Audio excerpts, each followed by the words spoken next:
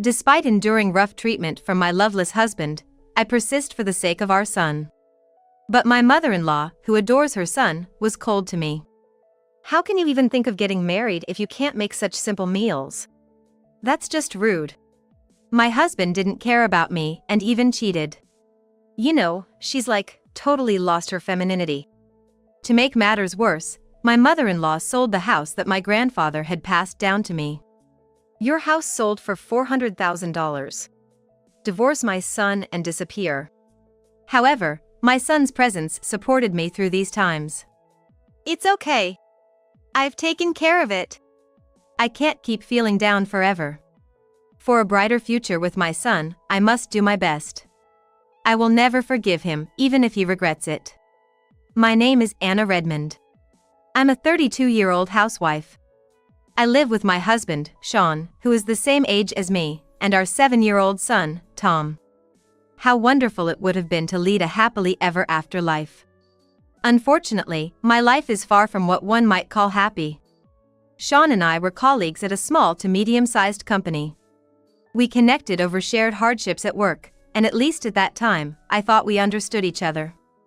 With someone who shares my values like you, I think we could make a life together. I was so happy to hear Sean say those words, and I decided to get married. Our courtship lasted about 6 months, which was short, but that didn't matter. I believed we had a relationship that more than made up for the lack of time. When I announced our marriage, my grandfather was as happy as if it were his own joy. Perhaps that's why he gifted us the house and land to live together, a place filled with memories of living with my grandmother. That's why I promised my grandfather that I would definitely find happiness there. And so, we got married, believing that a happy life awaited us ahead.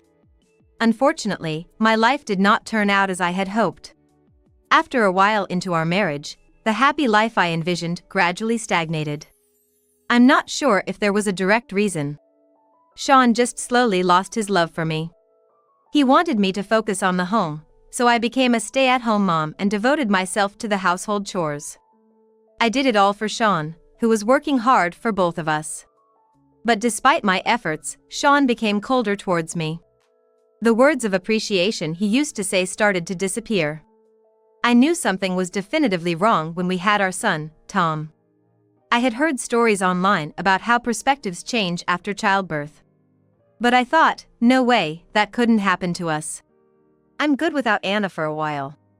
Sean began to clearly refuse our marital relations. At first, I wanted to believe he was just being considerate because of the child. Or maybe he was just too tired from overtime. But one night, when Sean came home late, I noticed something. Wait, there's no smell of sweat? Usually, I could faintly smell it when I got close, but not that day. That meant he had some opportunity to sweat somewhere else. It didn't take long for me to realize that he was having an affair, and then bathing afterwards to hide it. And as Tom grew older, the days I didn't smell anything on Sean became more frequent. Although I knew about Sean's infidelity, I couldn't confront him forcefully. Tom was still young, and the thought of divorce scared me into silence. There was another reason why my marriage drifted from what I had envisioned. It was because of my mother-in-law. Sean's mother disliked me. And it might be fair to say she hated me. Because she doted on Sean. She continued to harass me, seeing me as an unworthy woman for her son. Perhaps it was her way of filling the void after my father-in-law passed away not long before. But that didn't stop my mother-in-law from hurling merciless words at me as I agonized over my thoughts. How can you even think of getting married if you can't make such simple meals? That's just rude. During the day, she would come to our house and continue to berate me. She criticized my cooking, my cleaning, and my parenting. Her complaints about me flowed out incredibly smoothly. Sean is so unfortunate to be married to such a woman. At first, I took her words to heart and tried to obey. But as her criticisms piled up, I began to realize the triviality of her scolding. It became clear that it was just spite, just grumbling, because of what she said about Tom. Because his mother is like this, he's stupid too. Even without parental bias, Tom is smart and kind. Whenever I seemed down, he would notice and ask, "What's wrong?" There's no way such a child could be stupid. No, that's not true. Tom is a smart, kind child. We'll see about that. Sean was much smarter when he was a child. Despite my earnest protests, my mother-in-law would not accept my words. I could endure her remarks about myself, but I couldn't tolerate her speaking ill of Tom. So I brought it up with Sean. Hey, about your mom. It felt terrible to snitch, but I thought Sean wouldn't stand for it when it came to our child. However, when I talked to Sean after he returned from work, he simply betrayed me. If my mom says it, it must be right. All of this is because of your poor parenting. The only words that came out of Sean's mouth were in defense of his mother. There were no words of consideration for me or Tom, and Sean just smirked.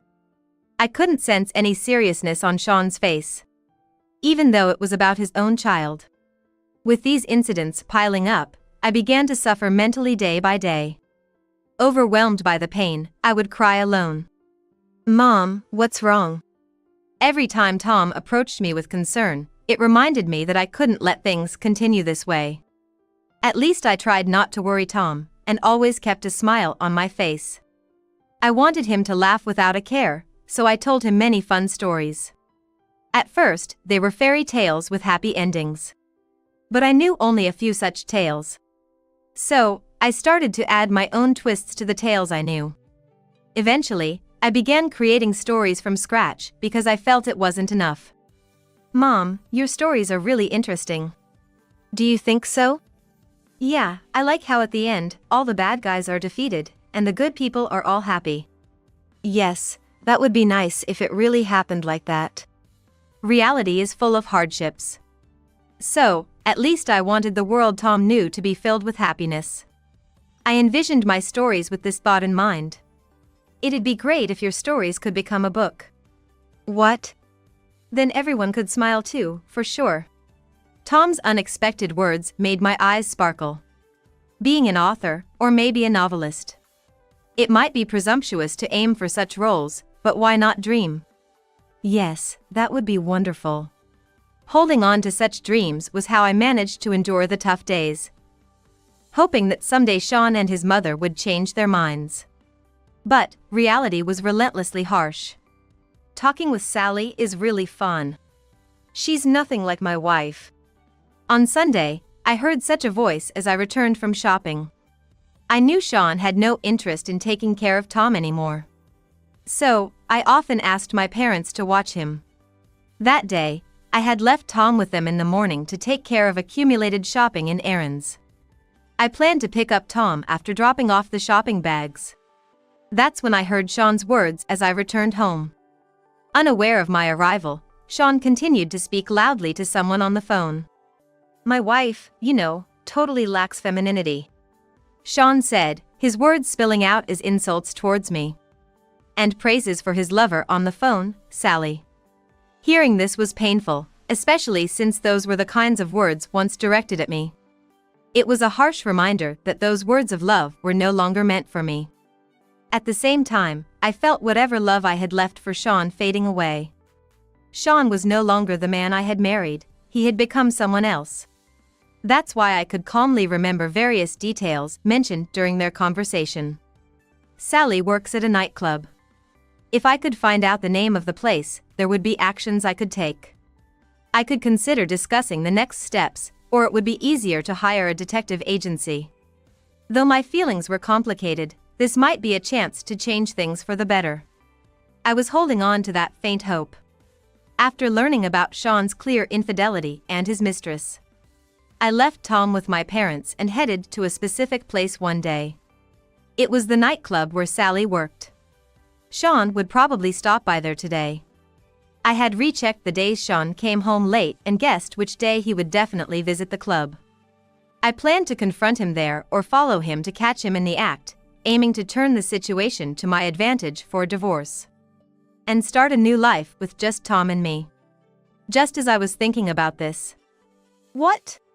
Across the small crosswalk, I saw Sean. Was he not stopping by the club today, or was he planning to go there after finishing some errands? I couldn't think about that at the moment. Sean, busy with his phone, walked forward without paying attention. The traffic light was still red.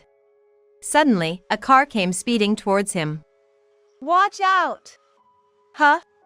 My love for Sean had definitely cooled. But I didn't want him gone from this world. So, I reflexively ran and pushed Sean out of the way. Instead, a strong impact hit my body. I lost consciousness before I could even feel the clear pain. Where am I? When I regained consciousness, I was on a hospital bed. Mom! Tom, you're here. Tom was right beside me, holding my hand. The thought of never seeing my child again had brought tears to my eyes. I'm really glad that you're fine, Anna. I'm sorry for worrying you. My grandparents and parents were all around my bed. Apparently, I was lucky to have only minor injuries. Everyone was happy that I would only need to stay in the hospital for about a month. However, Sean was not in the hospital room. He always had unmissable work, at least that was his excuse. Despite having my life saved, everyone was angry, but I felt somewhat indifferent. Knowing about his affair, I could only think that it figured. In fact, understanding his feelings clearly was somewhat refreshing. With this in mind, I left Tom in the care of my parents and grandparents during my hospital stay, and just a week before I was due to be discharged. What? Why from his mom?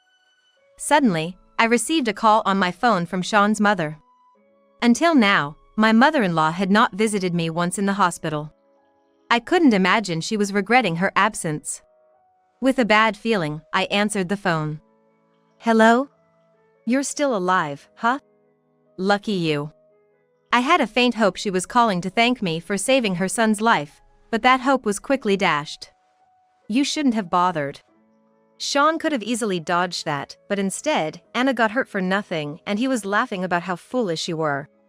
I was speechless at their incredibly harsh words. But what my mother-in-law said next was even more shocking. But thanks to that, I had time to thoroughly search through the house. What are you talking about? I honestly didn't understand what my mother-in-law was saying. She continued. I have no use for you anymore, that's what I'm saying. What do you mean? I can finally say it, your house sold for $400,000. Divorce Sean and disappear. I was stunned by her unbelievable words. My mouth twitched, and I was too shocked to form words. Sean was happy too. He said he can finally break ties with you and marry someone suitable for him. So, Sean was in on it with his mother. Unbelievable. I didn't want to believe it. That house, that land, was something my grandfather had given us for a happy life. They sold it without my consent? Overwhelmed, I could only move my mouth like a fish out of water. But I couldn't just stay silent forever. It's not just any house, it's the home where Tom and I belong. Gathering my thoughts, I managed to speak. What do you mean? That house is also Tom's home, your grandson. But my strained words did not sway my mother-in-law. She scoffed at my words and dismissively said, I don't need a grandson who doesn't care about me. You two should just live happily somewhere else. Her cold, uncaring words blew away any arguments I had stored up. Well, I'll thank you for giving us the $400,000 at least. With that, she hung up, leaving me speechless once again. What on earth should I do? Selling a house can't just happen suddenly. Could it be that Sean and his mother had been planning to sell it for a while? If that's the case, my hospitalization and leaving Tom with my parents must have been a perfect opportunity for them. It was a good chance for them to thoroughly search for the house and land deeds. I don't want to let them get away with taking our home like this. But I had no idea what to do next. Feeling desperate, I reached for my phone and called. It was my parents' house where Tom should be. My mother, sensing something was wrong even over the phone, asked worriedly if something had happened. I told her I'd explain later and asked to speak to Tom first. Mom, thanks for calling. You're getting out of the hospital soon, right? Tom's voice was so cheerful. It made me incredibly happy, yet it pained me to think that I was about to sadden him. Despite all the stories I told to keep him happy. But it was something that had to be discussed eventually. With a sense of guilt and pain, I carefully thought about how to phrase my words to hurt him as little as possible. Tom, I can get out of the hospital, but about our house, your dad has. It was pitiful of me, even though I struggled to find the right words. What Tom said next was unexpectedly reassuring, far beyond what I anticipated. The house? Don't worry. I've taken care of it. What? His voice was clear and bright. It was a relief that Tom wasn't sad, but honestly, I had no idea what he meant. Tom, trying to encourage me, spoke with a voice that I could tell was smiling. Dad was talking about doing something with the house on the phone when he was home, Tom revealed. So they had been planning to sell our house all along. I felt ashamed of my own cluelessness. Perhaps I was too preoccupied with the thought of divorce. And I thought it would be trouble if we lost the house, so I talked to my great-grandfather. Tom continued, trying his best to explain. But explaining the complexities of land deeds and adult problems must have been difficult for him. Then I heard my mother's kind voice over the phone, "Grandma will explain it." Although it might not have been the best time, their interaction soothed and healed my worried heart. As my anxious heart calmed down, Tom tried his best to reassure me. So, Mom, you don't have to worry about anything. Just get better at the hospital and come home. Tom's kindness warmed my heart profoundly, wiping away the tears that had unknowingly started flowing. I promised Tom, struggling to steady my trembling voice. Yeah, I'll be coming home soon. Just wait a little longer, okay? Yeah. Tom's energetic reply gave me a tremendous boost of energy and courage. I couldn't stay down forever. For a brighter future with Tom, I have to keep pushing forward. The explanation I received from my mother over the phone seemed to bolster my resolve. A week later, as scheduled, I was discharged from the hospital, greeted by Tom, my parents, and my grandparents, and we headed home. It's good. Looking up, there was our house, unchanged. The flower bed I made to beautify the home and the modest decorations were all intact, bringing me immense relief. Feeling my relief. Yeah, it's good. Tom squeezed my hand strongly and said so. Seeing Tom, who had just started elementary school, seemed so much more grown up than I thought, brought tears to my eyes. My parents and grandparents seemed to be tearing up too. What's wrong? Seeing us crying, Tom looked worried. Gently stroking his head, I reassured him. It's okay. I'm not crying because I'm sad.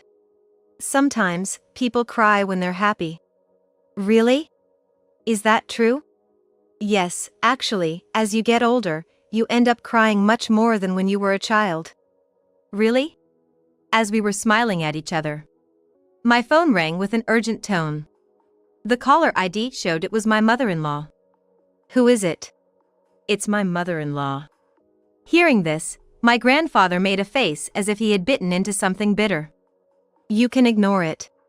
We'll handle everything from here. I was tempted to take his advice. Honestly, I never wanted to see my mother-in-law or Sean again. With that in mind, I ignored the ringing phone for a while. However, I realized that if I kept ignoring it, this situation might continue indefinitely. Thinking about Tom's future, I wanted to resolve this unpleasant matter quickly and completely. So, after exchanging glances with my grandparents and drawing courage from looking at Tom, I answered the phone. Hello. Finally answering, huh? The voice of my mother-in-law on the other end, whom I hadn't spoken to in a week, had none of the composure it used to. She sounded flustered and desperate, which almost made me laugh. Unaware of my reaction, she ranted at me. What is going on? What are you talking about? There was noise and commotion on the other end. Over the noise, she shouted even louder. Your house was supposed to be sold, so why isn't it sold? Clearly confused, her words were disjointed and hard to understand. So, I responded with my honest thoughts. I'm sorry, I don't quite understand what you're saying. I mean, the house that was supposed to be sold hasn't been sold. Oh, never mind. Perhaps she was infuriated by my calmness. In an elevated emotional state, my mother-in-law shouted. Just come over here. You have an obligation to explain. No, I don't have any obligation to explain. What? It must have been an unexpected response. After all, until last week, I hardly ever talked back to her. But I have no reason to stay silent anymore. From now on, for Tom's and my future, I will stand up for myself. Rather, you and Sean should be the ones explaining since you tried to sell my house without my permission. Don't be ridiculous. I'm not joking. The house is in my name, not Sean's. Yes, my grandfather gave us the house, but the deed is strictly in my name. Sean and his mother have neither the right nor the authority to sell it. Even if they tried to take the documents, that fact shouldn't waver. My firm response left my mother-in-law speechless. Seizing the momentum, I decided to settle everything. Where are you right now? Is Sean with you? At the real estate office, because the house we sold isn't sold. I see, so that's what caused the commotion. We can't leave things unresolved like this, so please come to our house with Sean. I regretted involving the real estate agent in our family matters. As a result, I ended up causing trouble by involving them in our family matters. Having resolved to apologize later, I declared my decision. To avoid any further inconvenience to the real estate agent. What an audacious thing to say! Fine, we'll talk and then I'll make you apologize. With that, she hung up the phone. I explained everything to my parents and grandparents, sharing my determination to resolve various issues today. They agreed to be there and promised to help if needed. I felt truly supported. Maybe I should have handled this alone. But since Tom's future is also at stake, it was crucial to enlist help to ensure everything was settled today. That's why I asked them to be present. I thought about having Tom step out. I want to help too. But Tom insisted on staying by my side. We all have a soft spot for Tom, so eventually, we agreed to let him stay, making sure he could step away if the conversation got too harsh. Meanwhile, Sean, his mother, and his affair partner Sally arrived at our home. It might not be surprising if Sean plans to marry Sally. Sean and his company were visibly surprised to see my parents and grandparents there. They showed a mix of guilt and discomfort, which I ushered into the living room. I didn't want to let them cross the threshold, but I couldn't inconvenience others elsewhere, so I had no choice. So, explain what's going on. Anger seemed to win over confusion as my mother-in-law was the first to speak up. This house was definitely sold, so why? Yes, that seems to be the case. But I had the buyer switch to a different house. That's all there is to it. It was my grandfather who responded to my mother-in-law's query. My mother-in-law was visibly taken aback by his unexpected reply. In fact, my grandfather is a significant landowner in the area. Because Tom had discussed our situation with him, my grandfather had already spoken to the real estate agent in advance. He had instructed that if this house was ever put up for sale, they should report to him. Once he was notified about the sale, my grandfather reached out to the prospective buyer and pleaded with them to consider a different property nearby, which was better suited and offered at the same price. The buyer, seeing a better deal, had no reason to refuse and agreed. Ultimately, the sale of this house was cancelled, and my mother-in-law and Sean had celebrated prematurely. That's outrageous, that's not fair. That's right. We were planning to use the money from the sale for a lavish wedding and a honeymoon abroad. Both Sean and Sally expressed their dissatisfaction with my grandfather's explanation. I couldn't stand them anymore. Are you not ashamed to selfishly sell someone else's house and land just to make money? What? Sally shrieked and shrank back at my outburst. Anna? Sean, who had always had me under his thumb, seemed shocked by my resistance. He looked completely dumbfounded.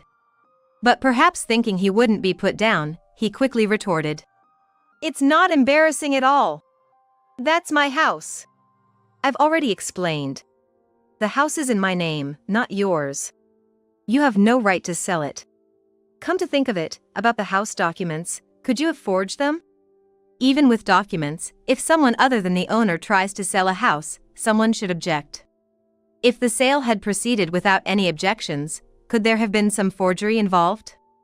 As expected, Sean and my mother-in-law's faces turned pale at my grandfather's question. My grandfather couldn't hide his dismay. Let me remind you, forging documents is a crime. Severe penalties will follow. Shut up. It's my property, what's the problem with selling it? Despite the obvious problems, Sean continued to threaten me. Anna, you know you can't live without me. Don't even think about suing. That's right. If you sue us, you won't survive. That's not true. This child is strong. If she decides, she can very well live on her own. That's right. Not like Dad, who's always complaining. Tom also chimed in with a cute yet powerful voice. Mom is strong. She's worked hard every day. Oops, Tom's here too. Sorry. Sean had long neglected household chores and parenting. Tom had been watching me deal with it all along. Grandfather, who had seen Tom and me since he was young, spoke those words, and my parents, who raised me, nodded in strong agreement. I wasn't afraid anymore. Enduring everything seemed foolish now, as Sean and my mother-in-law looked so petty. Anna's happiness is being hindered by you too. It's not shameful for us to help make up for what's been dragged down, is it? My grandparents and parents had offered to help me until I was able to stand on my own. Specifically, they would help take care of Tom and support our daily life. And I knew that it wouldn't be for long. Plus, I've already got prospects for work. What? You don't know this, but I've been creating stories for Tom for a while. And how does that matter? I've received advice from Tom, and I'm thinking about becoming a children's book author. I can't illustrate, but there were several contests just for story writing. Encouraged by Tom, I entered one and, surprisingly, was selected.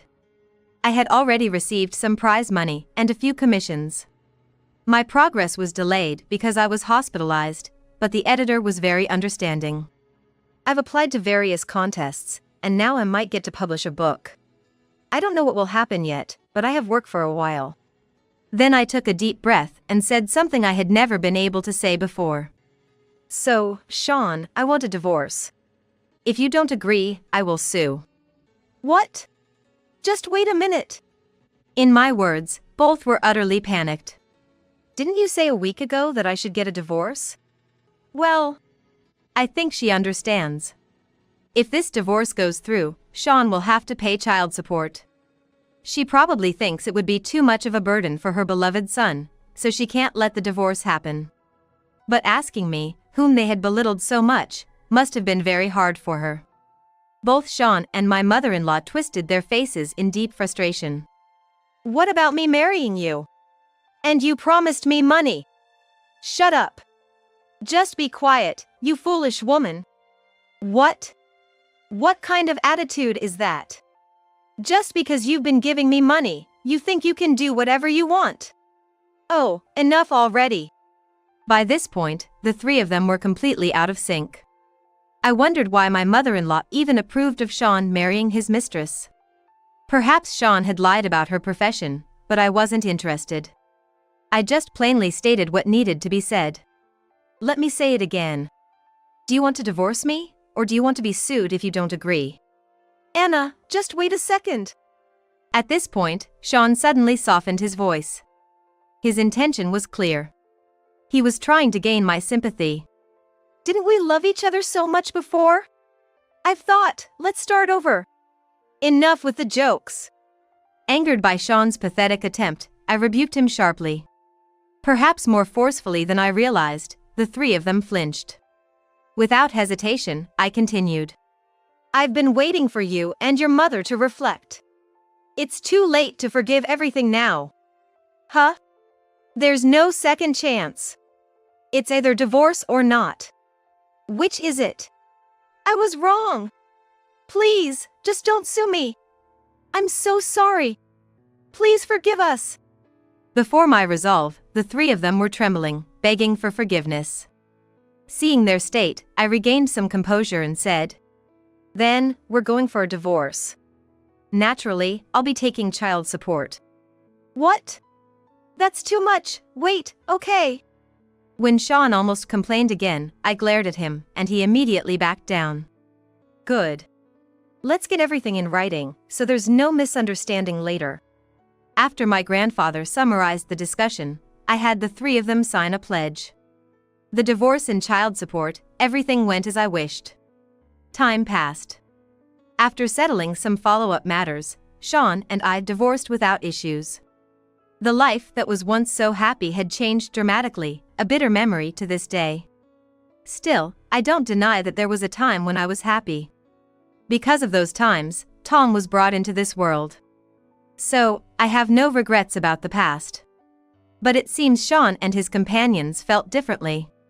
Sean had been contributing far more money to Sally than I had realized. He had fallen into significant financial trouble, and with the addition of child support, he was completely overwhelmed. Sally, compounded by her outburst during the discussion and the sudden lack of funds, decided to cut ties with Sean. However, her actions came to the attention of someone important at her workplace. This person, being conscientious, could not forgive Sally for the trouble she had caused to a family and fired her. Due to this person's influence, Sally found it impossible to find work nearby and had to flee elsewhere. As for Sean, the final straw was when Sally told him she was done with him, right in the lobby of Sean's company. Sean's affair and the cause of his divorce became known at work, making his situation unbearable. Incredibly, Sean had boasted about being a devoted husband at his company. Unable to bear the cold treatment from his colleagues, Sean resigned and started to withdraw into his home. Even so, to his mother, Sean remained her beloved son. She has been working day and night to pay child support in his place. However, due to her personality, she frequently encounters problems, and her employment does not last long. This has added to her physical and mental burden, leading to frequent arguments with Sean. I think it's about time I talked to Sean about getting a proper job. As for us, we are living a peaceful and happy life in the house that we managed to keep from being sold. The sales from the published children's book are quite good, and it seems I might become independent sooner than expected. Regardless, my parents and grandparents adore Tom so much that they would likely keep looking after him without any need. With the support of my warm and strong family, I've regained my happiness. I hope to share this happiness with everyone else by continuing to work hard.